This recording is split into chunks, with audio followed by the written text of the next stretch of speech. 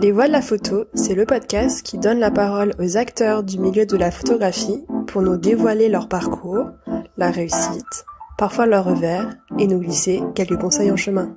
Bonjour à toutes et à tous, je suis Marine Lefort et vous écoutez Les Voix de la photo. Donc aujourd'hui, je suis avec Mathieu Foss. Bonjour Mathieu. Bonjour Marine. Donc Mathieu, tu as participé à la première édition de Paris Photo. Tu as collaboré avec des galeries et des fonds photographiques en tant qu'indépendant. En 2005, tu t'es installé en Inde, donc à Mumbai, où tu as ouvert une galerie de photos et puis tu as été directeur du festival Focus Photographie de 2013 à 2017. Et tu continues à réaliser des projets entre la France et l'Inde. Et tu es aujourd'hui dans le collectif Savage, aux côtés de Nathalie Amae, Audrey Bazin, Valérie Fougérolles et Judith Perra. Donc pour commencer, pourrais-tu te présenter en quelques mots ? Donc je suis Mathieu Foss, j'ai 49 ans. Je suis né à Paris et j'ai grandi dans les Alpes et ensuite je suis parti à 11 ans avec ma famille à New York, où j'ai été dans l'école des Nations Unies. C'est là que j'ai eu mon bac.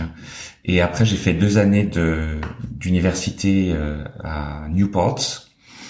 Et c'est là que j'ai commencé des études d'art au début en voulant être artiste et puis après en me dirigeant plutôt vers l'histoire de l'art. Et j'ai terminé mes études à Paris avec une maîtrise de médiation culturelle à la Sorbonne. Voilà. Quand tu as fait ces études, tu savais un petit peu quel était le type d'institution ou le type de métier que tu souhaitais faire ? Pas du tout. Je savais que j'étais intéressé par l'art, mais en sortant de la fac à Paris, en tout cas, j'ai eu l'impression de pas du tout être préparé pour le marché, pour le monde du travail. Et j'ai eu de la chance de trouver 2 stages. Le premier chez Tadeusz Ropac, vraiment par hasard, et ensuite un autre stage chez Yvon Lambert, qui m'ont vraiment aidé déjà à rencontrer des acteurs importants du marché de l'art, et puis aussi à me donner un sens de ce que je voulais faire. C'est aussi grâce à ce 2e stage, donc chez Yvon, que j'ai rencontré Rick Gadella, qui m'a embauché et avec qui j'ai commencé à travailler pour au départ un salon du livre qui s'appelait Artist Book International, mais ensuite Rick a eu l'idée de monter un salon de la photo, donc en 96, et avec une toute petite équipe, en 1 an, nous avons mis en place ce qui est devenu Paris Photo. Et comment s'est fait un petit peu le début du salon ? Est-ce que vous aviez pris modèle sur un autre salon ? Est-ce que vous aviez des partenaires à Paris ? Comment se sont un petit peu préparés la première édition ? Donc c'était vraiment une idée de Rick qui trouvait que Paris déjà était une ville idéale pour les salons, pour les foires. Mais qu'il n'y avait pas assez de visibilité pour la photographie. Il y avait bien le EPAD à New York, mais c'était un salon qui était plus orienté marchand que galeriste. Et donc l'idée c'était d'organiser un véritable salon / foire dans un lieu prestigieux. Donc à l'époque c'était le Carrousel du Louvre. Et en fait, le timing était bon parce que Paris Photo est devenu ce que c'est devenu aujourd'hui. Il avait des gens desquels il s'entourait pour demander conseil, et on a été beaucoup aidé par notamment Harry Lunn, qui était un marchand et collectionneur qui avait vraiment quelque part fondé le marché de la photo en systématisant l'idée de l'édition, et qui avait un pied en France et aux États-Unis. Donc il connaissait le marché de la photo très très bien. Il nous a beaucoup aidé en nous présentant à des galeristes et en nous donnant une sorte de crédibilité parce qu'on n'était pas forcément connus à l'époque. Donc le salon a commencé avec une 30aine de galeries et très très vite on a pu louer au bout de la deuxième édition la totalité du Carrousel du Louvre avec entre 80 et 100 galeries internationales. Donc tu n'es pas resté à Paris Photo déjà un petit peu pour quelles raisons et puis qu'est-ce qui s'est passé après pour toi? Donc le salon, la première édition a eu lieu en 97 et moi je suis resté jusqu'en 2001, donc l'année où le salon a été vendu à Reed OIP. Et donc voilà, on est tous un petit peu partis dans des directions respectives. Donc j'ai travaillé chez Baudouin Lebon pendant 1 an. Je me suis occupé du fonds de photo. Ça c'était intéressant parce que j'ai eu l'occasion d'organiser le fonds, donc les plusieurs fonds qu'il avait, que ce soit des fonds 19e de Harry Lone et Tex Brown ou Lisette Model ou des fonds comme Mapplethorpe et ainsi que travailler avec les artistes contemporains de la galerie et donc ça m'a donné une sorte de rapport physique avec les photos que je pouvais manipuler, trier, organiser, faire des recherches, etc., faire des catalogues, organiser des expositions et des foires, des participations aux foires. Ensuite, j'ai retravaillé avec Rick sur un projet d'exposition en Chine, donc une exposition de design qui s'appelle Design dans France, et dont le commissaire était Gilles Debure. C'était un très beau projet parce que c'était dans le musée national Place Tiananmen où nous avons amené toutes sortes d'objets pour retracer le XXe siècle du design français. Donc ça allait d'une bouche de métro Guimard jusqu'à une Formule 1, en passant par du mobilier art déco avec des collaborations avec les musées nationaux, etc. C'était vraiment une très très belle expérience. Et donc l'exposition a eu lieu à Pékin et à Nankin en 2004. Et après cette expérience, il y a eu l'Inde ou il y a eu entre les deux Alors après il y a eu l'Inde. Donc ma femme est indienne et a travaillé dans la mode pendant toute sa carrière. Elle travaillait chez Chanel et en 2005 la marque s'ouvrait en Inde et donc nous avions la possibilité d'aller à Bombay, à Mumbai. Ma femme étant expat et moi j'avais envie d'ouvrir une galerie.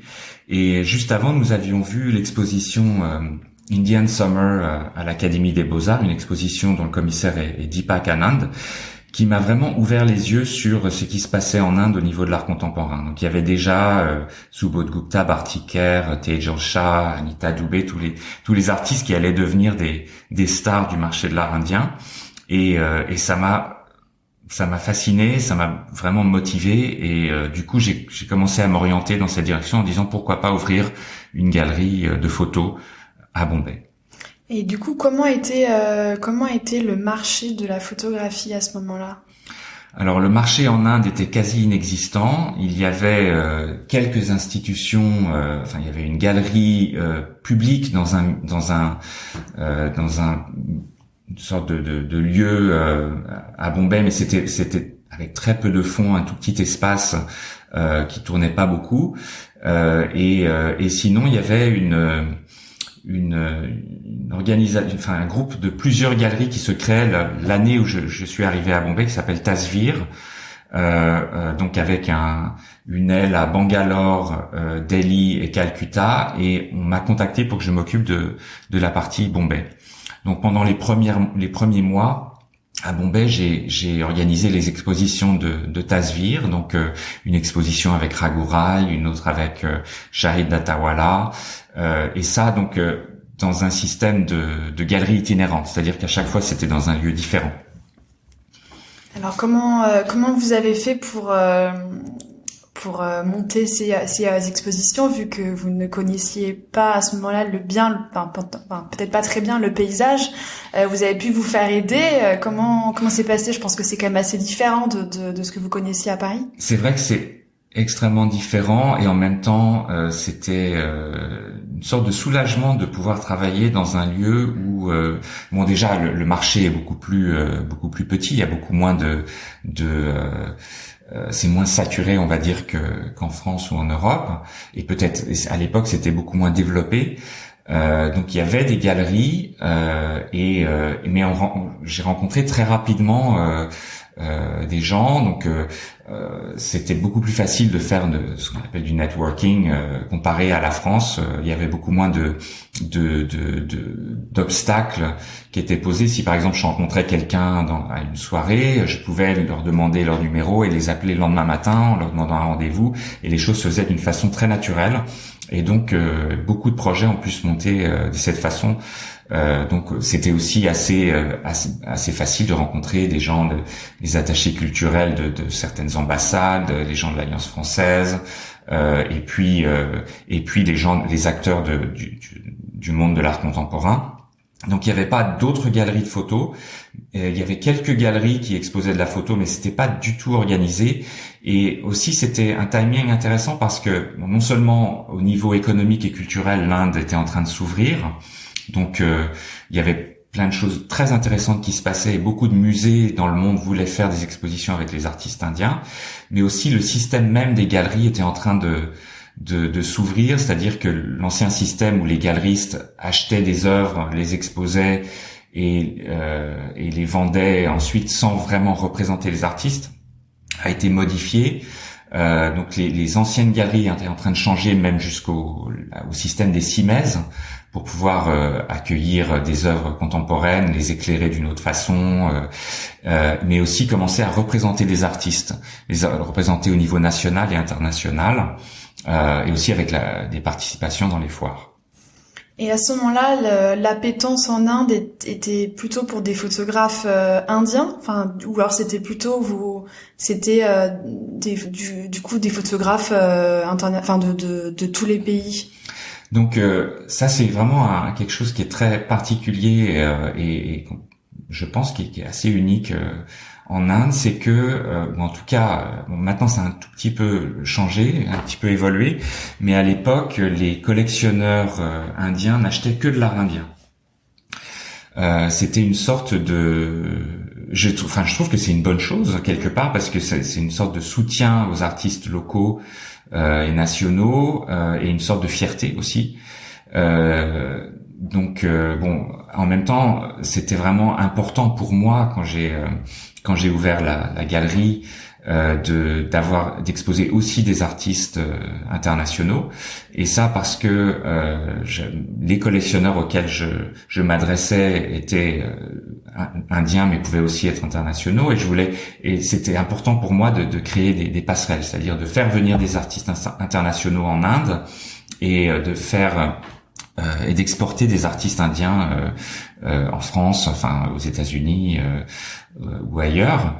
Et donc ce que j'ai décidé de faire en fait, c'était qu'il y ait toujours un aspect indien qui est quelque chose qui avait à voir avec l'Inde dans le travail qui était exposé à la galerie. Donc même si c'était des artistes comme Charles Frégé ou Rachel Cunningham, il y avait en général une série, quelque chose qui touchait à l'Inde, que ce soit d'une façon spirituelle ou culturelle ou physique. Est-ce que vous avez vu du coup à ce moment-là, et puis peut-être maintenant, des différences avec le marché français au niveau du coup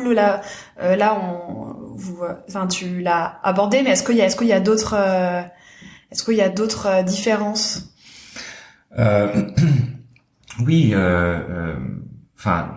je pense que le marché, au niveau de la photo, une autre chose qui était assez intéressante, c'est que les collectionneurs n'achetaient pas beaucoup de portraits. Déjà, la plupart des collectionneurs achetaient des œuvres pour vraiment les accrocher chez eux, et vivre avec ces œuvres. Mais il y avait un problème avec le portrait parce que, en général, en Inde, si on met le portrait de quelqu'un, c'est quelqu'un de la famille.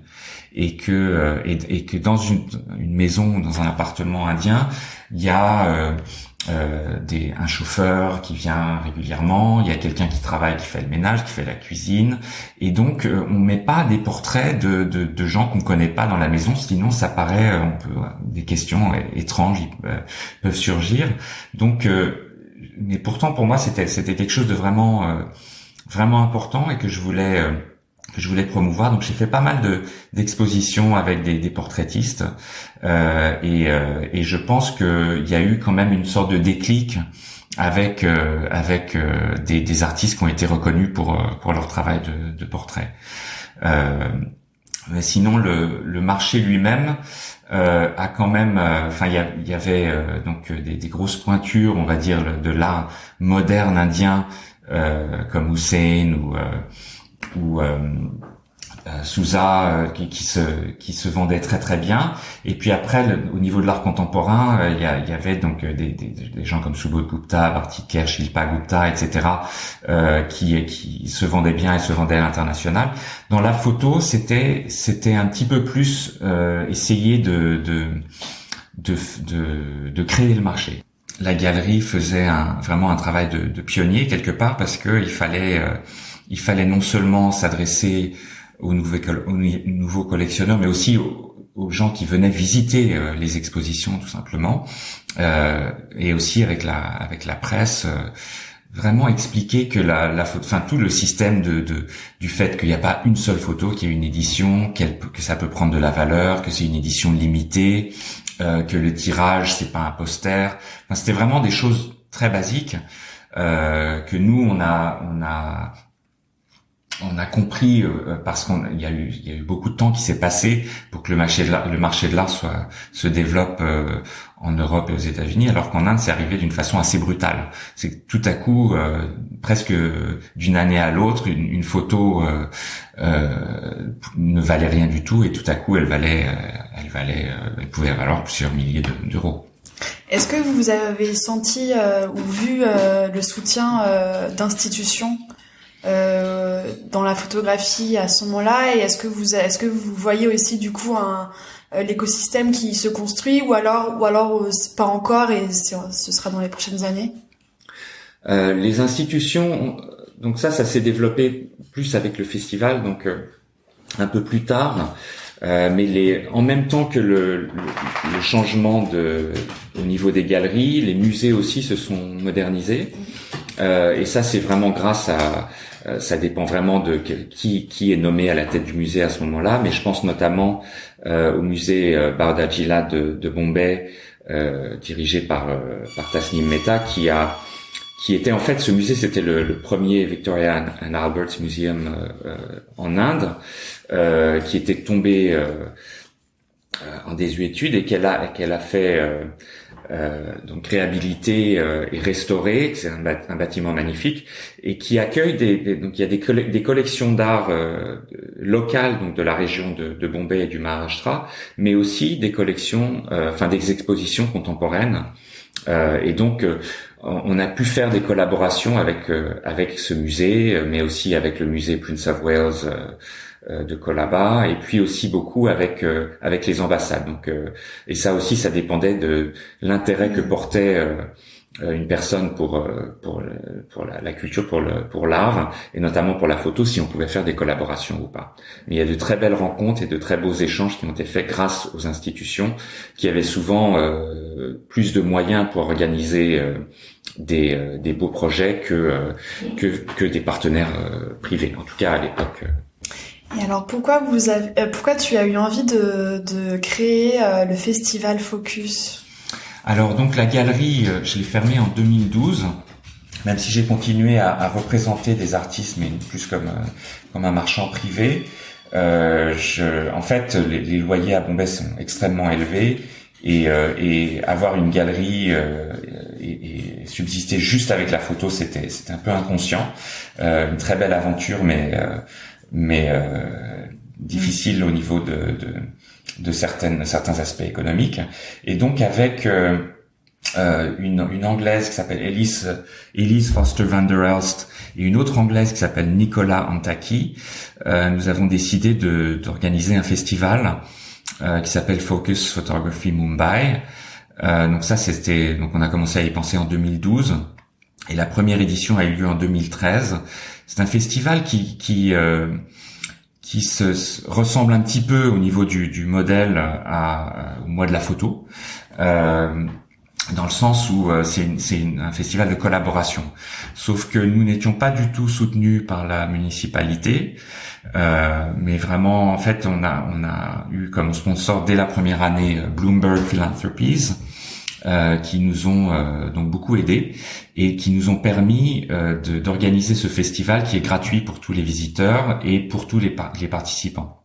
Donc l'idée, c'était d'organiser un festival où il y avait entre 30 et 40 expositions qui avaient lieu certes dans les galeries, dans les musées, dans les institutions, mais aussi, et ça c'était très important pour nous, dans la rue, sur des promenades, dans des parcs, pour que tout le monde ait accès à ces événements et à ces expositions. Et donc il y avait c'était un festival international avec des expositions d'artistes indiens, des curateurs invités pour organiser des expositions de groupe et des échanges avec des photographes étrangers qui venaient exposer à Bombay, certains pour la première fois. Donc à chaque fois c'était vraiment une très très belle aventure. Par rapport au marché en général et à la vie culturelle en Inde, quelles sont pour toi les difficultés? Les difficultés, donc là, les difficultés, on vient de les voir, économiques pour avoir une galerie, mais est-ce qu'il y a d'autres difficultés, sociologiques, est-ce qu'il y a des... C'est vrai qu'on a quand même été confronté, et puis moi déjà à la galerie aussi au préalable, à la censure qui est quand même qui est assez omniprésente en Inde, il faut le dire. Pardon, la censure vient d'où? Enfin, du coup, c'est l'État qui. Alors, à l'époque où j'avais la galerie, c'était donc moins l'État, mais plus des organisations politiques locales qui pouvaient poser problème si on exposait des nus ou si on exposait des artistes qui avaient un message politique ou qui parlaient des castes, de sujets sensibles. Il pouvait y avoir des descentes. Donc ça nous est arrivé avec Focus, une exposition où des gens sont arrivés et ont tout cassé, où on commençait à tout casser jusqu'à ce qu'on les arrête et qu'on puisse discuter un peu avec eux et qu'ils réalisent qu'il n'y avait pas de problème, avec cette exposition en particulier. Mais donc c'est assez surprenant et c'est assez brutal. Donc en fait, on apprend à vivre avec. Je crois que malheureusement, avec la façon dont la politique en Inde se poursuit en ce moment, depuis l'arrivée du nouveau gouvernement, ce n'est pas en train de s'améliorer. Donc c'est le climat culturel actuel est plus difficile pour les galeristes, les artistes, les institutions qu'il ne l'était quand je suis arrivé en Inde en 2005.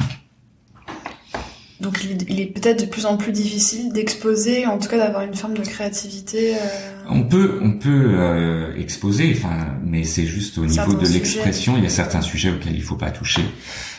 Il y a beaucoup de tensions avec tout ce qui s'est passé au Cachemire. Il y a quand même au niveau religieux des divisions qui sont très difficiles qui sont en train de s'élargir de plus en plus et donc voilà, je crois que c'est pas évident pour les artistes en ce moment en Inde. Et par rapport à la place de l'Inde, du marché de l'Inde, en tout cas du monde culturel par rapport au monde, est-ce que t'as vu une appétence et est-ce que ce goût pour l'art indien, pour les photographies indiennes, est-ce que ça a du coup un impact sur la façon de faire des photos, sur la façon de montrer le fait qu'il y ait du coup un intérêt pour des collectionneurs ou pour des amateurs de photographie étrangers qui ont un goût pour la photographie indienne? Est-ce que ça modifie des choses aussi? Le fait qu'il y ait un intérêt de la part des collectionneurs étrangers, oui. Bien sûr, parce que les galeries se sont exportées et il y a eu des grandes expositions à Paris, mais partout ailleurs avec des artistes indiens qui sont reconnus et qui sont dans les plus grandes collections. Je pense, bien sûr aux grandes installations de Subodh Gupta dans la collection Pinault. Maintenant, c'est juste un exemple comme ça, mais c'est vraiment il y a eu une véritable explosion et le marché de l'art indien a commencé à exister, je pense, à peu près ou à être reconnu et avoir une valeur monétaire, mais aussi un intérêt général qui s'est développé à partir de ce moment-là. Et bien entendu, les collectionneurs internationaux ont joué un rôle parce que il y a eu beaucoup de gens qui sont venus visiter, voyager en Inde. Déjà, il y a toujours l'idée du voyage, mais en plus de voyager et de visiter des galeries, de rencontrer des artistes, aller dans les ateliers, c'est une très très belle expérience. Et je pense que le fait que c'est en Inde, ça ajoute encore quelque chose en plus. Alors la question un petit peu prospective, est-ce que dans les prochaines années, il y a des tendances, peut-être de la façon dont on montre la photographie, ou la façon dont les photographes travaillent, est-ce qu'il y a des pistes que tu peux voir aujourd'hui? Donc là on parle plus de l'Inde, on parle en général. Je pense que heureusement pour les photographes, c'est quand même un des médiums qui peut se partager et on peut en profiter quand même sur un écran. Donc c'est quelque chose on peut faire des très beaux diaporamas, des très belles des petits films avec des photos qui s'enchaînent. C'est pas forcément aussi évident de le faire avec des installations ou avec de la peinture.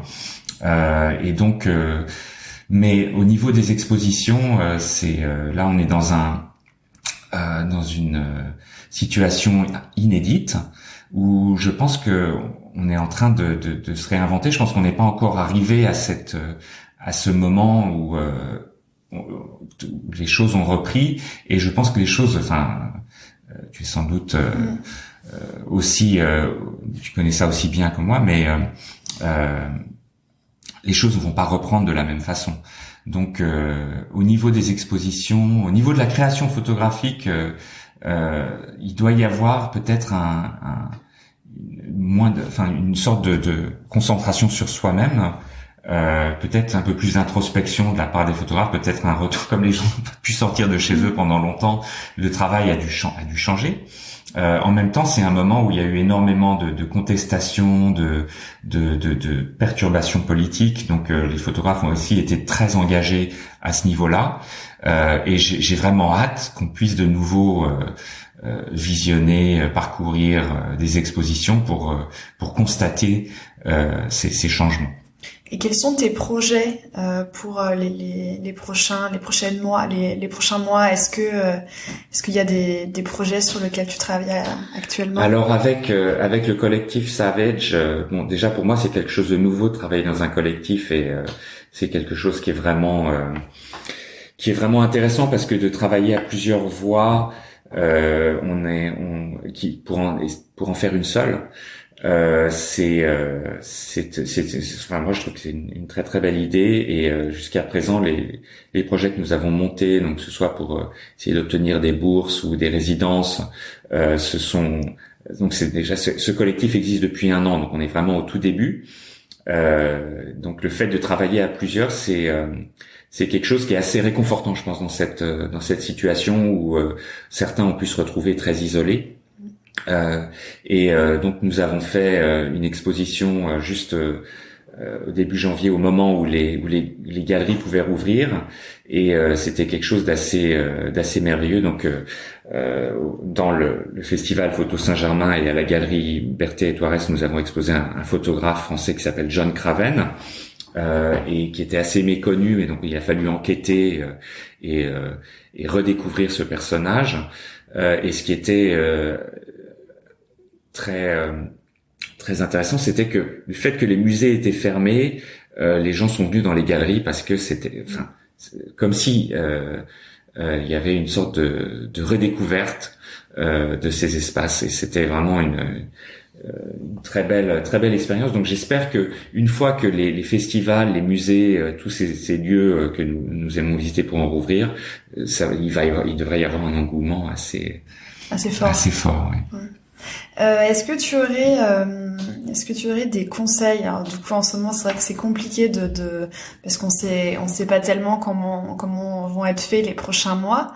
Mais est-ce qu'il y a des choses que tu as appris ou qu'on t'a dit à travers ta carrière et qui t'ont marqué et que tu utilises encore aujourd'hui, mais des conseils vraiment, même personnels. En tout cas, est-ce qu'il y a des pour les photographes ou pour des gens les entrepreneurs plutôt? D'accord. Je dirais que il faut pas commencer forcément trop grand. C'est bien d'avoir un peu d'expérience avant de se lancer dans un projet où on prend beaucoup de risques. Donc c'est bien si c'est pour une galerie, de commencer à faire des expositions avant d'ouvrir un lieu, si possible d'avoir du financement pour au moins 2 ans, ainsi qu'un calendrier d'exposition pour au moins 2 ans avant de se lancer. C'est très important d'avoir déjà d'être entouré d'artistes qu'on peut représenter et pas juste se lancer avec juste 1 ou 2 personnes. Parce que ça va très vite. Et aussi une chose à savoir, c'est qu'on est toujours en production en fait. Donc quand on a une galerie, il y a un lieu. Donc quand on fait un vernissage d'une exposition, on est déjà en train de penser à la prochaine ou le jour d'après en tout cas. Donc c'est quelque chose il faut comprendre le système et il faut être prêt à travailler pour avec ce rythme qui est assez contraignant, mais en même temps c'est une plateforme qui est en mouvement perpétuel. Est-ce qu'il y aurait quelque chose qu'on n'aurait pas abordé sur lequel tu souhaiterais revenir? Donc peut-être c'est quelque chose. Il y avait plusieurs éléments qui nous ont amenés à ce constat. C'est que déjà par rapport au climat, mais aussi avec la pandémie, c'est que le domaine de la culture est quand même gaspille énormément. Enfin, on produit et on jette énormément de matériel à chaque fois qu'on fait une exposition, une foire, un festival. Donc je pense que c'est un moment pour repenser tous ces concepts et de voir comment on peut moins gaspiller dans le domaine de la culture en général. Et il y a sans doute des façons de le faire, que ce soit par des systèmes de projection ou de réutilisation de matériaux. Il faut vraiment qu'on fasse beaucoup plus attention à ça. Et je pense qu'on a été très comment dire, on se posait pas la question. On se posait même pas la question avant. Ouais, je pense que c'est... Et maintenant il y a ce serait inconscient de continuer à travailler de cette façon sans faire attention à ce qu'il y a autour de nous, alors même que souvent le sujet des travaux qu'on expose parle justement de ça, de ces sujets. De la nature. Oui. Super. Merci Mathieu. Merci Marie. Merci d'avoir écouté Les Voix de la photo. Pour faire connaître le podcast à plus de monde, je vous invite à laisser votre avis et 5 étoiles sur Apple Podcast. Si vous voulez en savoir plus, suivez-moi sur les réseaux sociaux, sur Instagram, LinkedIn et Facebook. Vous me trouverez sous le nom de Les Voix de la photo. Aussi, si vous souhaitez suivre mes futurs projets, je vous invite à m'indiquer votre email en cliquant sur le lien que vous trouverez dans la description de cet épisode. Pour finir, n'hésitez pas à me contacter sur les réseaux sociaux pour me faire part de vos remarques et m'indiquer les personnes que vous aimeriez entendre. À très vite!